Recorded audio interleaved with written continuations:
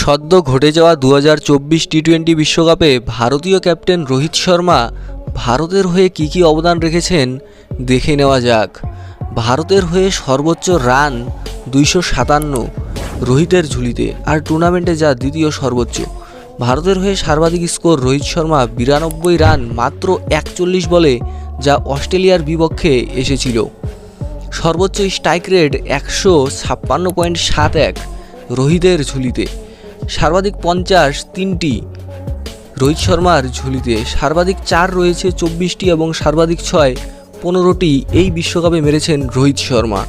এছাড়াও এই বিশ্বকাপে ক্যাপ্টেন হিসেবে একটিও ম্যাচ না হারার রেকর্ড রোহিত শর্মার কাছেই। বন্ধুরা, এই পরিসংখ্যানগুলোই প্রমাণ করে রোহিত শর্মা ভারতীয় ক্রিকেটে একজন কিংবদন্তি এবং রোহিতের মতো খেলোয়াড়রা প্রজন্মে একবারই আসে।